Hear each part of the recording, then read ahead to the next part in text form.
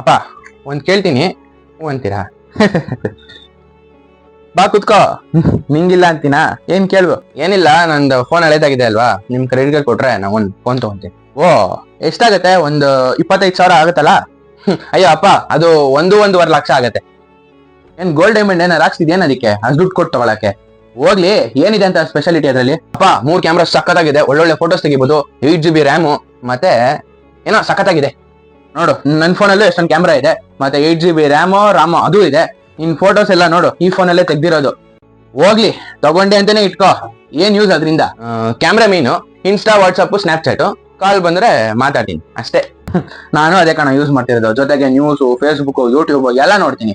ಎಲ್ಲ ನೋಡಿದ್ರು ನನ್ ಬರೀ 20,000 ರೂಪಾಯಿ ಮೊಬೈಲ್ ಅಷ್ಟೇ. ಎಲ್ಲಾ ಫೋನಲ್ಲೂ ತೋರ್ಸೋದು ಅದೇ. ಜೊತೆಗೆ ದುಡ್ಡು ಯಾಕೆ ಖರ್ಚು ಮಾಡ್ತೀಯ? ಅದು 1 ಲಕ್ಷ. ಎಲ್ಲ ವೇಸ್ಟ್, ಬರೀ ವೇಸ್ಟ್, ಏನೂ ಯೂಸ್ ಇಲ್ಲ. ಬೇಡವೋ? ನನ್ ಮಾತು ಕೇಳ. ಹೌದಲ್ವಾ? ನೀವ್ ಹೇಳೋದು ಕರೆಕ್ಟೆ. ಬಿಡಿ ಹೋಗ್ಲಿ, ಇದಕ್ಕೆ IS ಜಾಸ್ತಿ ಇದೆ ಅನ್ಸುತ್ತೆ, ಇದನ್ನೇ ಯೂಸ್ ಮಾಡ್ತೀನಿ.